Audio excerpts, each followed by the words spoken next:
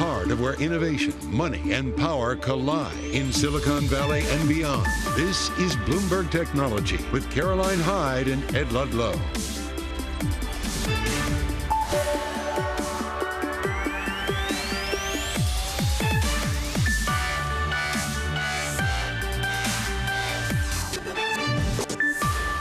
I'm Caroline Hyde at Bloomberg's world headquarters in New York. And I'm Ed Ludlow in San Francisco. Big Friday. This is Bloomberg Technology. It is big. Coming up, full coverage of all those tech earnings. From Snapchat to Amazon to Pinterest, we have got you covered. And sticking with earnings, we're going to bring you my interview with Intel CEO Pat Gelsinger, the company projecting a return to free cash flow. Plus, how AI is going to impact hiring and managing in the workplace. We'll discuss with the CEO of Lattice, Jack Altman.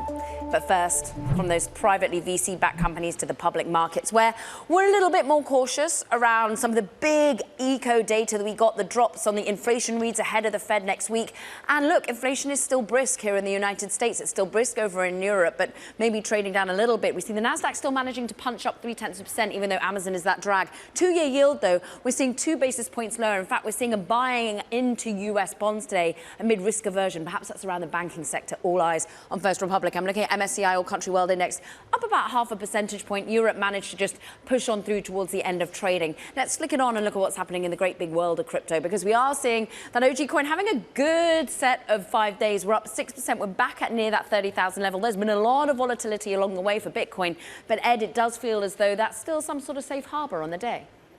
Yeah, I'm still really focused on earnings season. Take a look at Intel. We kind of paired some of our earlier games. A tough first quarter, to be honest, a trough on the top and bottom line. But the outlook for the second half of this year, a bit more rosy, and analysts really buying into that. We will hear from the CEO, Pat Gelsinger, later in the show about what the green shoots are that are giving the market confidence. Elsewhere, social media, a really big theme of this earnings season. Snap usually reports earlier. It's a little bit later this quarter, but basically its first ever revenue decline, and you can see how that's weighing on the shares. Biggest drop in around 6 months. Pinterest, another one where it's kind of failing to gain traction, particularly in the US on the user growth perspective. And in this world of AI, we're worried about visibility. How is this relevant anymore? We'll dig into that. And then Amazon down 4%. This is all about the cloud. Sequentially into April from the first quarter, AWS top line growth slowing by around 500 basis points. This has been the cash cow for Amazon, but it hasn't come to the rescue this quarter. Actually, cost discipline on the top and bottom line beat in the quarter gone. The strength of the e-commerce business definitely there, but the cloud a little more worrying, Caroline. Yeah, and as you say, that has been such an important growth driver. Let's talk about it even no more now. We've got PacView president and co-founder, and of course someone who used to work over at Amazon, Melissa Burdick. You were previously, of course, spending a decade at the company. You helped launch the CPG, the health beauty retail business. You understand the ad product, but focus on the cloud for a minute in particular. How worrying is this cash cow is starting to slow out in terms of growth?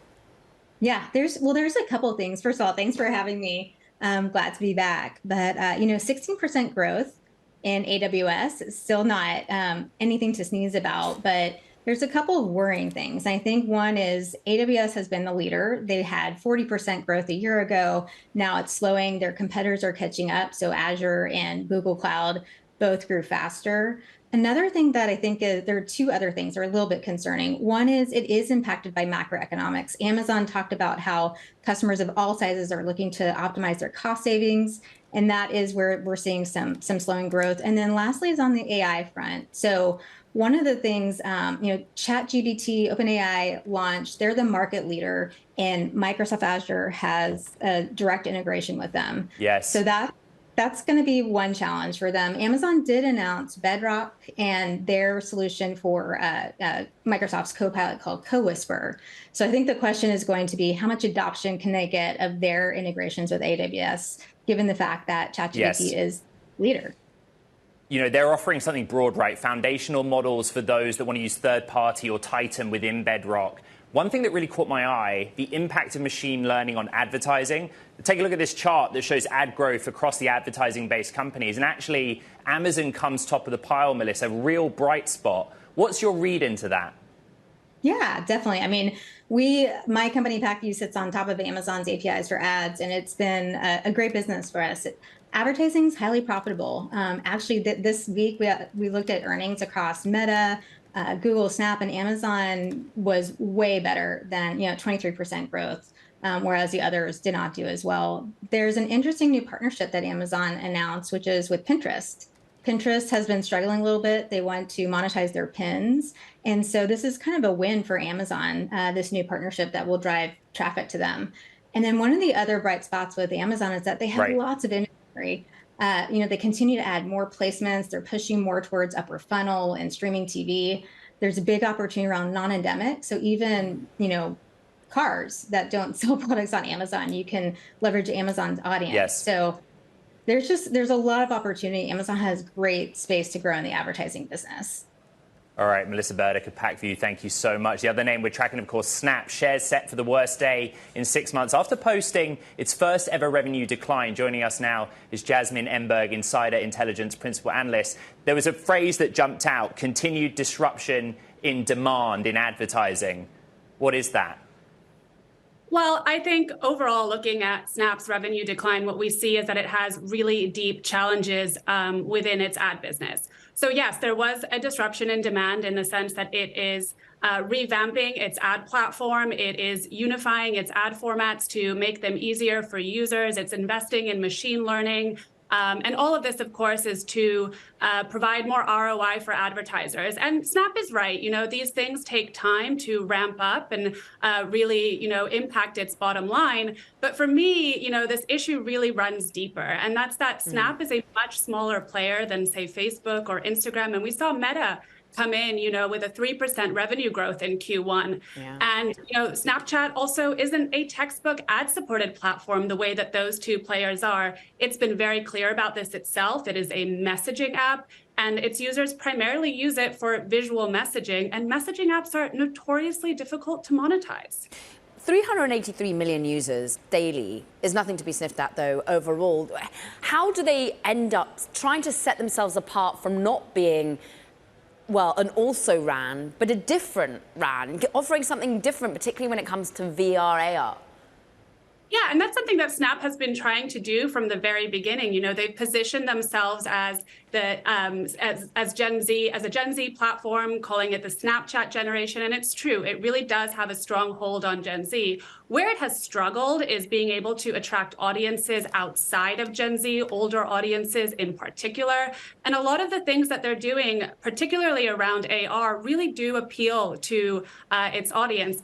I would say that, convincing advertisers that AR in advertising is valuable, especially in this economic environment, has been difficult, but it's also working towards bringing AR off platform. It has a new RS, which is its augmented reality enterprise services division, where it's incorporating its AR technology into brand apps and websites, as well as bringing some of that technology eventually in store. So this, of course, is part of it diversifying its revenue streams and being able to monetize AR outside of its core Snapchat platform. All about the monetization. Jasmine, great to have some time with you. Jasmine Enberg of Insider Intelligence. From Snap to Pinterest, let's have a look at how those shares perform, because we know that it's under pressure. We know that it's more perhaps about the lack of cost cutting going on at that particular business right now. Tom Forte, DA Davidson Senior Research Analyst, who has a neutral rating on the stock, I understand. And you sticking with the $22 price target, even though we're still seeing sort of the pain trade that is the restructuring going on?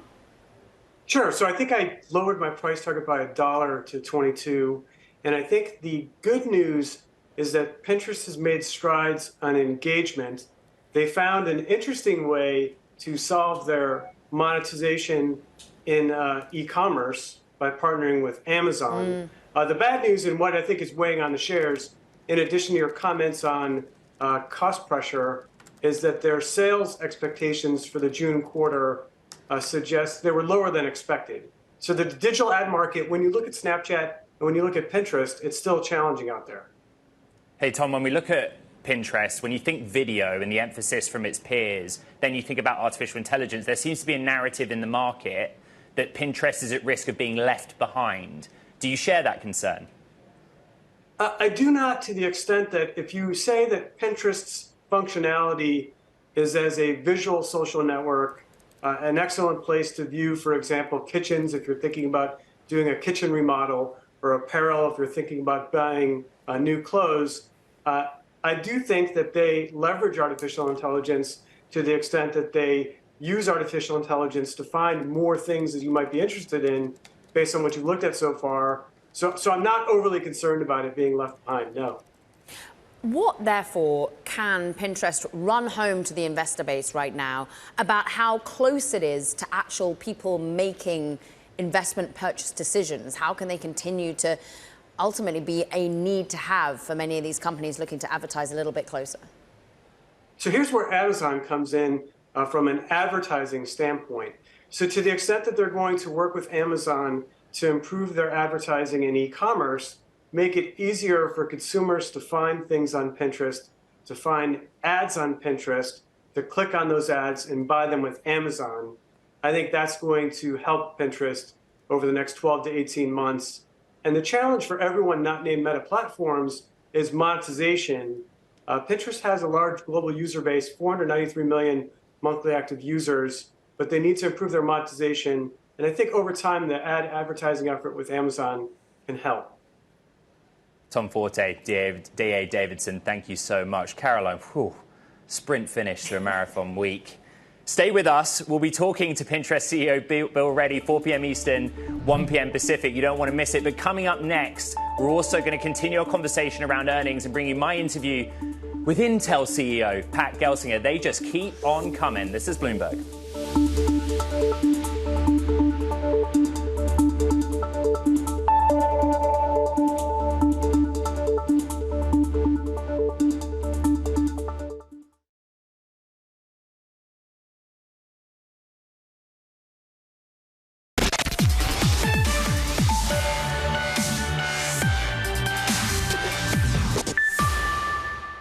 Intel shares pushing higher after the chipmaker projected a return to free cash flow in the second half of the year, with analysts saying the worst now may be over for the company. Moments ago, I sat down with Intel's CEO, Pat Gelsinger. Have a listen.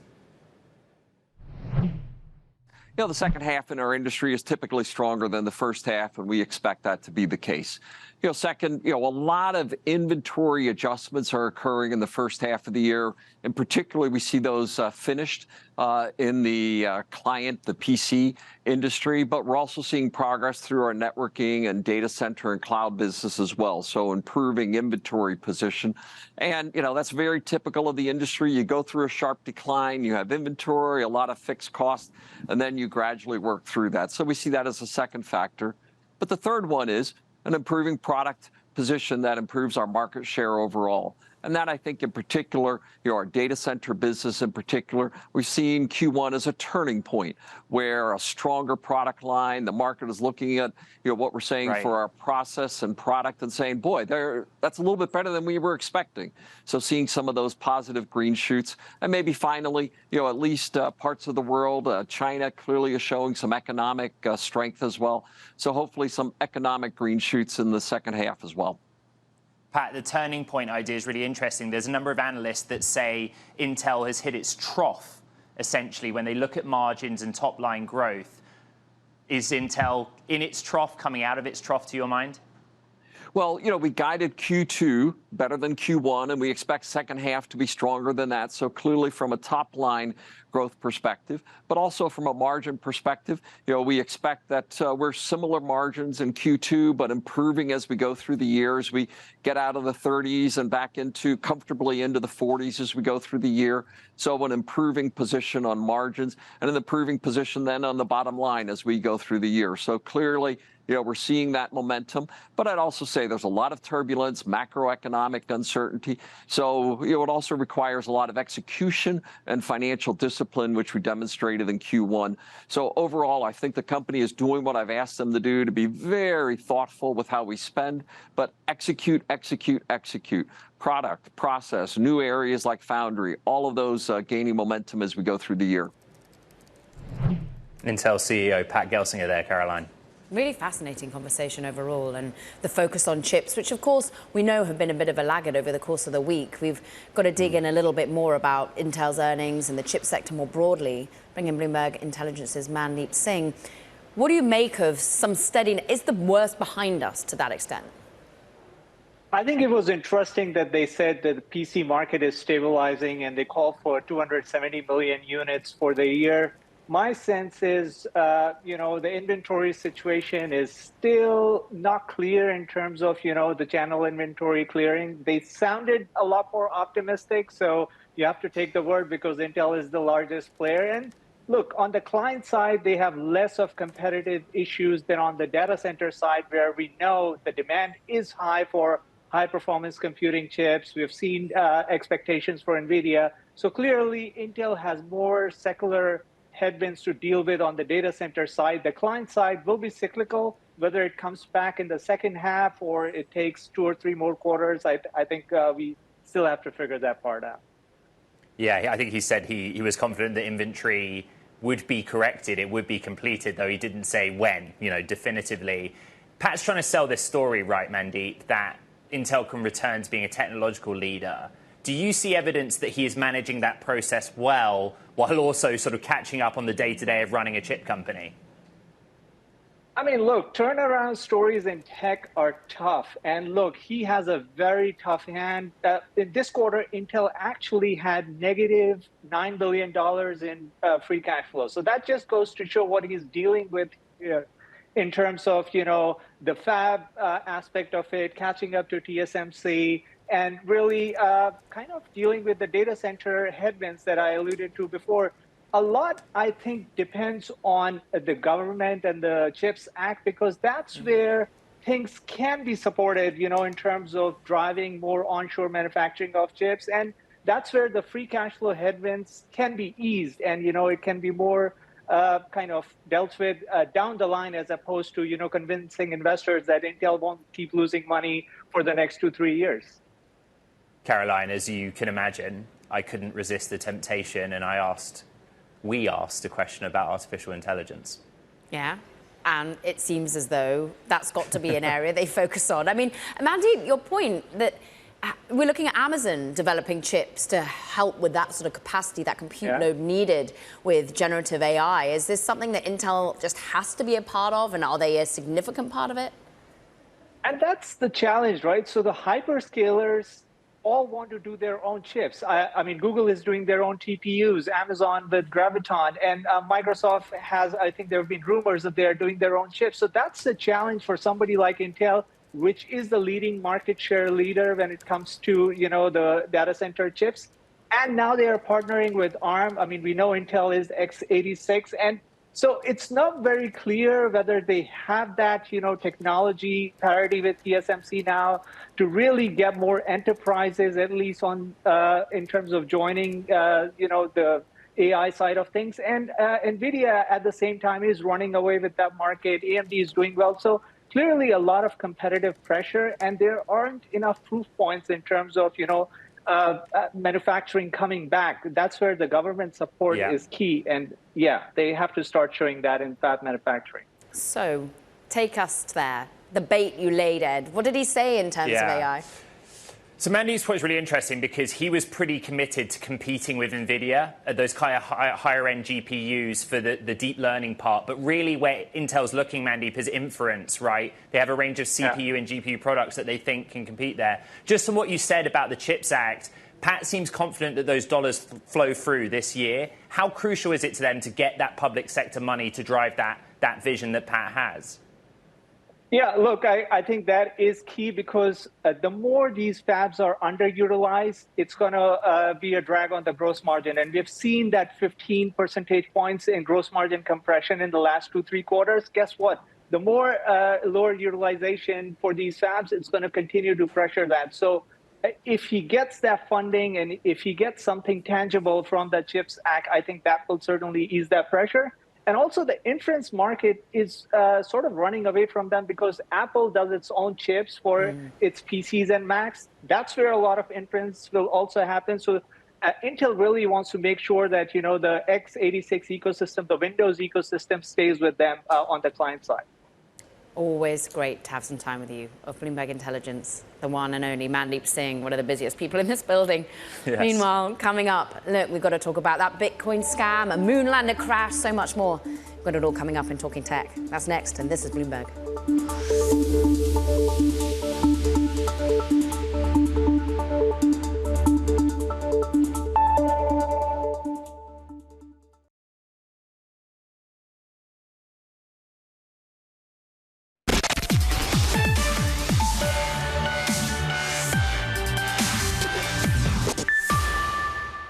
Time for Talking Tech. A US judge ordered a South African executive to pay more than $3.4 billion in restitution and fines for a fraud scheme involving Bitcoin, which impacted more than 23,000 people in the US. This is the highest ever civil monetary penalty in any CFTC case.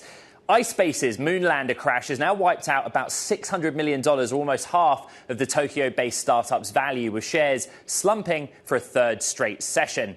And Sony casting doubt on its PlayStation momentum. The company offered a pretty conservative profit outlook after warning about the impact of the global consumer spending slump on its electronics and entertainment business. And finally, Bain Capital has built a stake in Software AG, raising the prospect of a takeover battle for the German company. That, according to sources, the firm's eyeing a potential merger with its own portfolio firm, Rocket Software. Now, coming up, how AI is going to impact hiring and managing in the workplace. We'll discuss all of that and more with Lattice CEO Jack Altman. That's next, Caroline. Yeah, recognisable surname. Plus, later, shares of First Republic Bank, we've got to talk about it, Ed, plunging again to a record low, triggering multiple volatility-related halts on the day. It's this news of potential rescue plans are swirling. We're thinking about, well, how the troubled lender might be rescued, FDIC, government coming into play. It looks as though the banks have shied away from this deal, Ed. Yeah, I think the question that we have is right now, after several days of drama and reporting, why have we not heard from anyone? There's not a lot coming out of the bank or from the government. I think that's a really big question for investors. Well, you've got to remember it's pretty silent over at Silicon Valley Bank as well, but it is important that this one's not seemingly not nearly as worrying from a systemic perspective here. This seems to be where they were too long into really outsized mortgages to the wealthy, particularly over where you sit. Yeah, and many of those sort of big institutional names that stepped in and stemmed the gaps, they also are worried about what's going on. Luckily, Bloomberg Shonali Basak knows everything that's going on about every bank at every given time. Yeah, John Authers has a good piece out for the Bloomberg as well today, saying why it's not going to keep you up this weekend. From New York, from San Francisco, this is Bloomberg.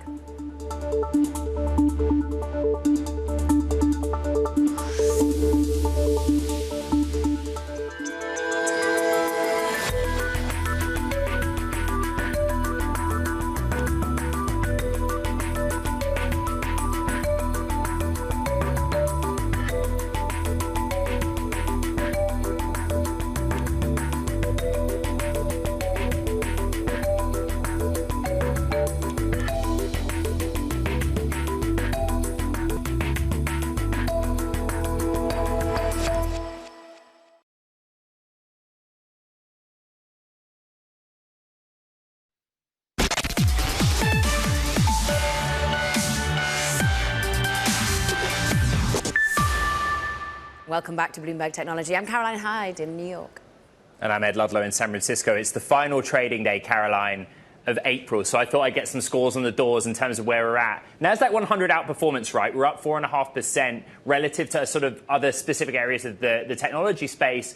The Philadelphia Semiconductor Index being one laggard you talked about earlier in the show. It's been a really interesting month because of the banking concerns that we've had, but then a really condensed period of earnings in the final sort of 10 days of April when it comes to the technology sector. And honestly, it's been a real mixed bag. I think you and I can talk about that on our Twitter Spaces later on.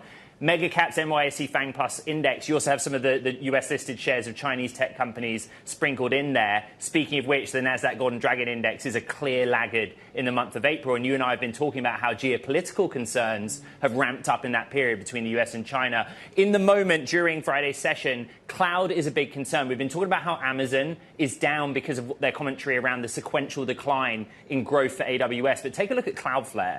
That is a big, big drop for that name, all cloud related. There are concerns about growth, concerns about structural issues. One name that we don't often cover, but that is a pretty steep drop.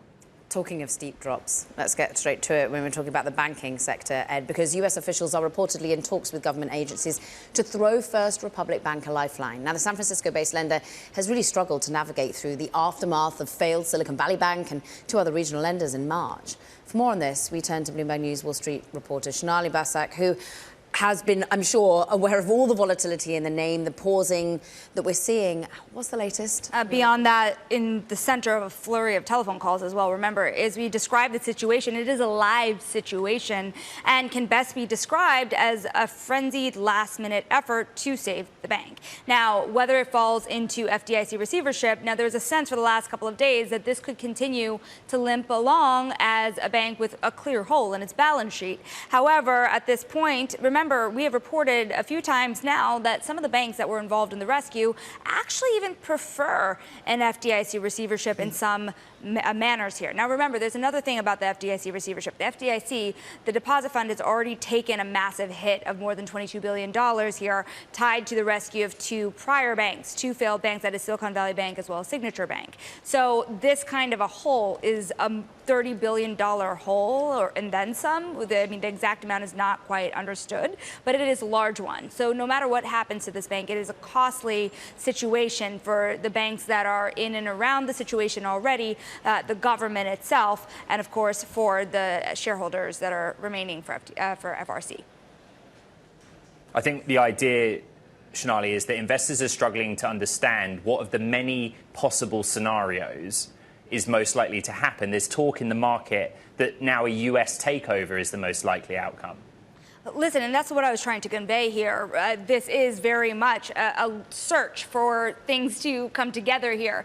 Now, getting a consortium of people together is a difficult thing to do. And remember, we've reported multiple times here, Ed, as well, that the government would need to be involved in such a manner and pony up a little bit here. Under the FDIC receivership plan, the issue here is which is a more costly solution. The FDIC, as we've been saying, would take another massive hit here if FRC were supposed to fall under receivership. So yes, the market is trying to suss out, to your point, the most likely outcomes here. Again, this is not, you cannot say that this bank will necessarily fail. It's not to that point yet. But it is possible that it does get to that point in some scenario if they don't find a solution. All right, Bloomberg, Shonali Basak, you've earned your weekend alongside Mandeep Singh of BI. Off you go. Go and have some fun. Let's pivot a little bit. Can AI replace our jobs? That is a question Caroline and I have been asking quite a lot recently. The rise of generative AI, it may not expect to impact all jobs in the same way uniformly, but there's going to be an impact on hiring and managing in the workplace at large. That's according to the CEO of people management software Lattice. Jack Altman is here with me now. How many times a day internally do you say the words artificial intelligence, or are you already sick of it because actually you've been doing it for a while? No, first of all, thanks for having me. I don't get sick of it. I think it is like the most important topic in tech right now. I think there is still a lot to be understood, but I think we're already seeing a lot of ways in which AI is starting to impact companies, individuals, productivity. So I think finally, after many, many years of people anticipating this with bated breath, we're here and we're seeing a lot of the impacts. And so it's super exciting, not sick of it.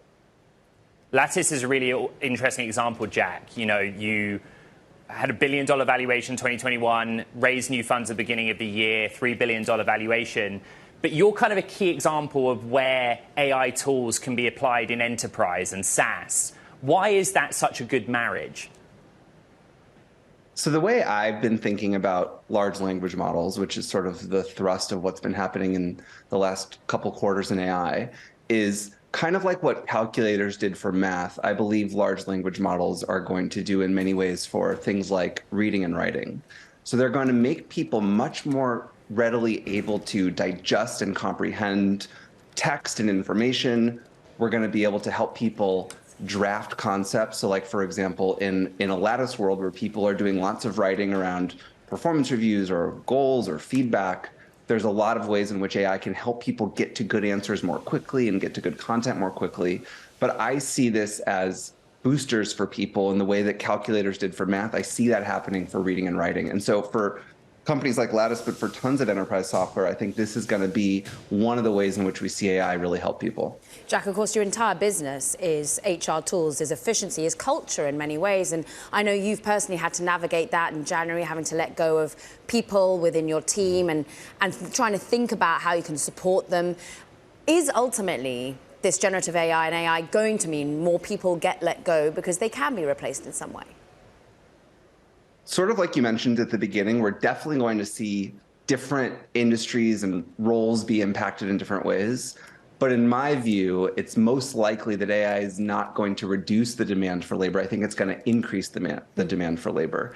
Generally, what we see when any asset in the economy becomes more productive is there's more demand for it.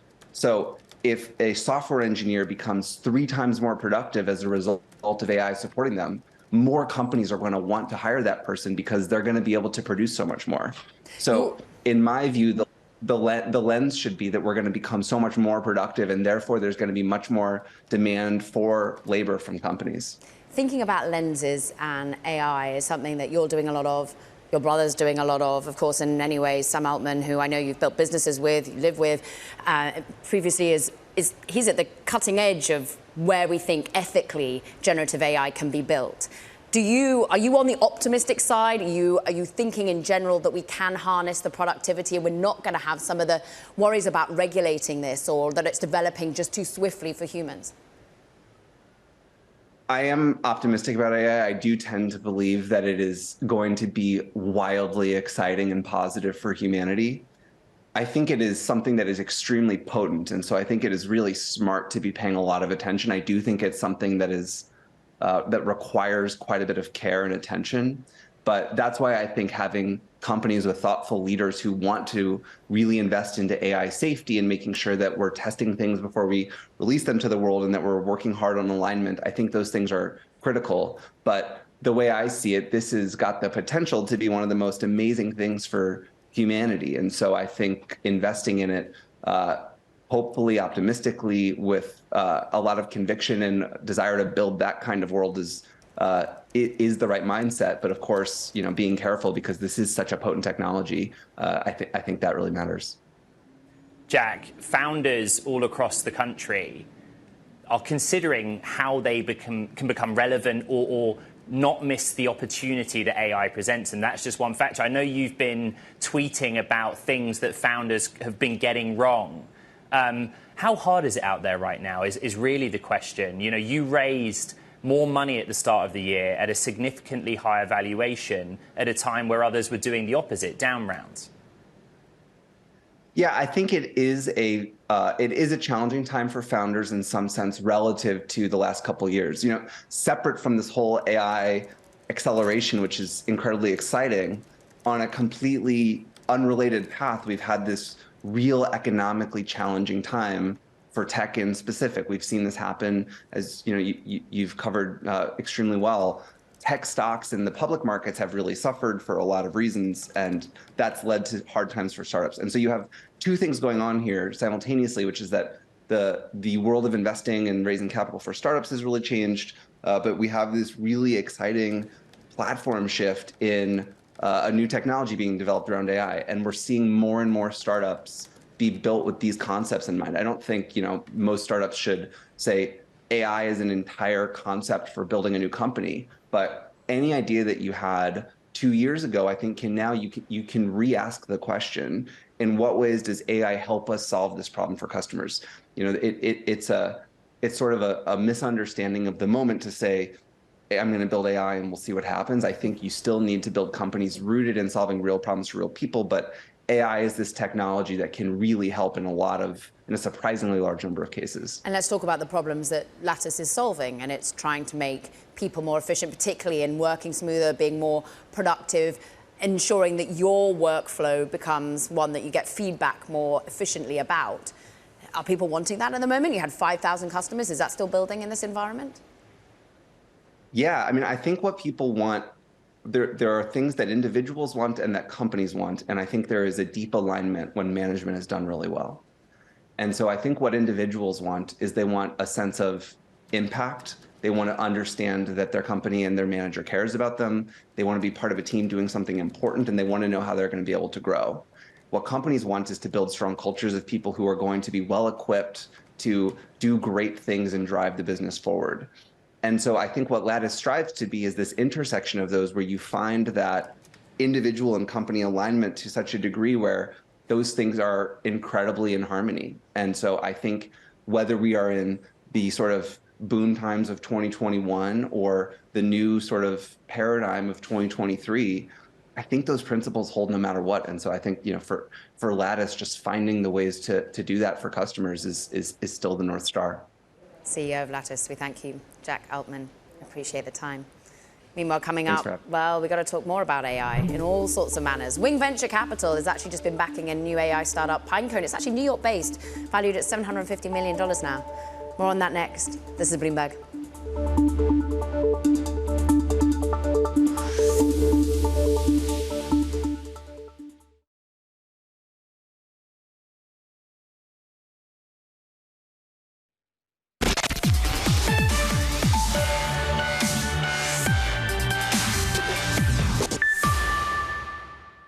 We were just talking about generative AI and its impact on the workplace. We've been talking about generative AI and the arms race going on in tech all week because at the core of earnings was artificial intelligence. Speaking of some of the big players that reported numbers, we asked our audience, Caro, who's won for you? Who, to your mind, has made the most convincing case that they're leading in AI? Those answers speak for themselves. They do. Clearly, Microsoft, with their tie-up Bing, integrating OpenAI's ChatGPT-4, the fact that they're managing to brag, Ed, about a quadrupling in app downloads that they've had. Clearly, Satya Nadella has stolen the march on this one. I mean, what was it? Yes. Overall, though, more than 200 times AI was mentioned in these earnings calls this week alone. So they're all trying to really steal a little bit of the limelight. Meta, I think, did a pretty good job on it, too. Yeah, it did. And I did a count on the blogs of how many times AI was mentioned in each earnings press release, because that's the kind of guy I am. Amazon's going to feel aggrieved by those results, though. We'll come back to that. So speaking of AI, Pinecone, a startup whose platform supports AI software, just raised $100 million in a funding round that values the company at around $750 million. The round led by Andreessen Horowitz, with participation from existing investors, Menlo Ventures and Wing Venture Capital. So let's bring in Wing Venture partner Jake Flummenberg for more. The round, the timing, the valuation. Explain, your rationale behind getting involved. Sure. Well, thank you for having me on the show. We've been involved with this company for a long time, certainly before the rapid adoption that we've seen as of late. And it fundamentally has to do with the types of things that you need for machine learning. Most relational databases, most data warehouses, they need just data that most people understand, numbers, text, things like this. Machine learning algorithms operate on vectors, embeddings. This is a different type of data that needs a different type of database. And so if you're building a generative AI startup or a generative AI application, and you want to marry that with your own company's data, or if you want to remember things from one question to the next, you need a vector database like Pinecone. And so with the rise of all these generative AI applications, we're seeing more and more people adopt Pinecone. Pinecone is still a really early company. Yeah. No public market metric is going to say, justify this valuation. This is a valuation that's based off of the potential. If this is the database for AI, that's a tremendous opportunity going forward. New York-based company. Jake, what's really interesting about your background and the fact that you've been investing in these sorts of companies for a while now, including Pinecone, is you're trying to have an expertise about how you operationalize AI. And this is kind of at the core of all of our conversations. Everyone's trying to work out where in sort of the stack is the most value to be had. Are you about infrastructure? Are you about big companies applying AI? Where do you lie in terms of where the most disruption will be? Yeah, we invest in early stage companies, and so we're certainly believers that they're going to have an outsized portion of the returns. But we invest up and down the stack. We've made investments in semiconductor companies, and certainly the first group of companies are the core infrastructure. Then you see the cloud vendors that are making money hosting some of these foundation and large language models. And in the limit, a lot of these things are going to be new pieces of infrastructure. And just the way we turn to the cloud vendors you mentioned, we're going to turn to these AI foundation model vendors for some of that technology, and some of them are partnering up. But we're most excited about the applications on top, because there'll be a few winners in each of those lower levels, but there'll be hundreds, if not thousands, of opportunities to build interesting applications powered by AI. Jake, I'm hearing a lot of companies a similar size to Pinecone are trying to get rounds done, early through growth stage. How wary are you all of OpenAI? Because OpenAI also has a small fund that it's investing across startups in AI and those that's deploying its own technology? Yeah, I would say we're not worried at all about OpenAI as a source of venture capital. There's lots and lots of dollars, and certainly OpenAI has a bunch of things that it can bring to bear. But we work with companies at the really early stages on that journey from zero to product market fit, which is a really hands-on endeavor that takes a lot of time and energy. And I think there's a role for people that have been doing that for a long time. In terms of OpenAI as a competitor, absolutely. As a competitor, it's something to watch, but it's just like the cloud vendor landscape. We don't think it's going to be a winner take all. We do think it's going to settle into a small number of larger foundation model players, and we're going to use them as infrastructure. So they're a building block. They're an enabler. Well, you're someone who's had leadership roles over at Splunk and the cloud era, so got a lot of experience from software to the AI journey. We thank you so much, Wing Venture Capital partner Jake Flummenberg. Great to have you. From New York, from San Francisco, this is Bloomberg.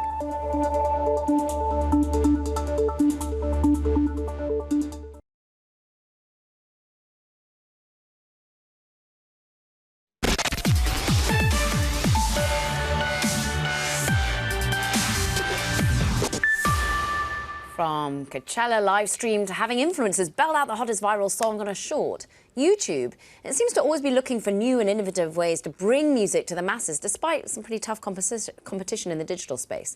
Leo Cohen is YouTube's global head of music. Spoke to us earlier. We're a global platform, and we're focused on our mission is give everybody a voice and show them the world. And boy, have we done that. We have gone from 3 stages where we live stream to 6 stages. We've introduced shorts as a really fun way for the kids to suggest their favorite artists to do some of their songs that they want, and so they're influencing the sets. They are able to be and create lightweight short form video to explain to the rest of the world that they were there, they were enjoying the experience, whether they were at Coachella or experiencing from their living room. We introduced it's actually the 2nd year where shopping has been an integral part of the experience, where kids are able to buy merchandise and rock their T-shirts that they were there, that they experienced it. And of course, the production has gotten so much better.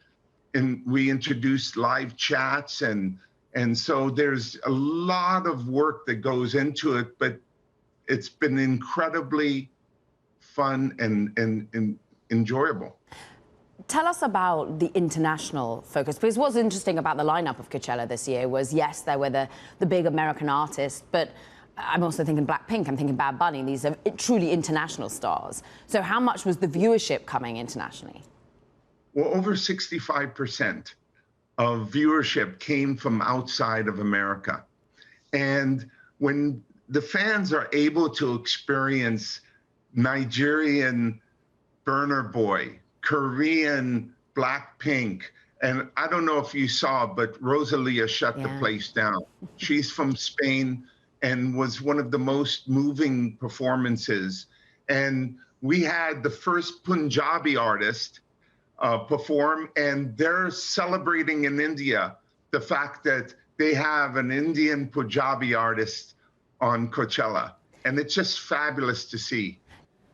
Leo Cohen there, global head of music at YouTube, now Ed, but he's sort of like the man almost that helped drive the birth of hip hop. He was there with an unsigned Run DMC.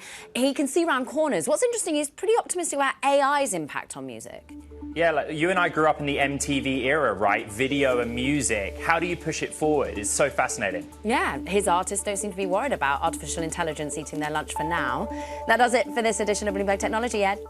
Such a huge week, so much to recap. So don't forget the podcast, Apple, Spotify, iHeart, Bloomberg. Join us on Twitter Spaces right now on Twitter. This is Bloomberg.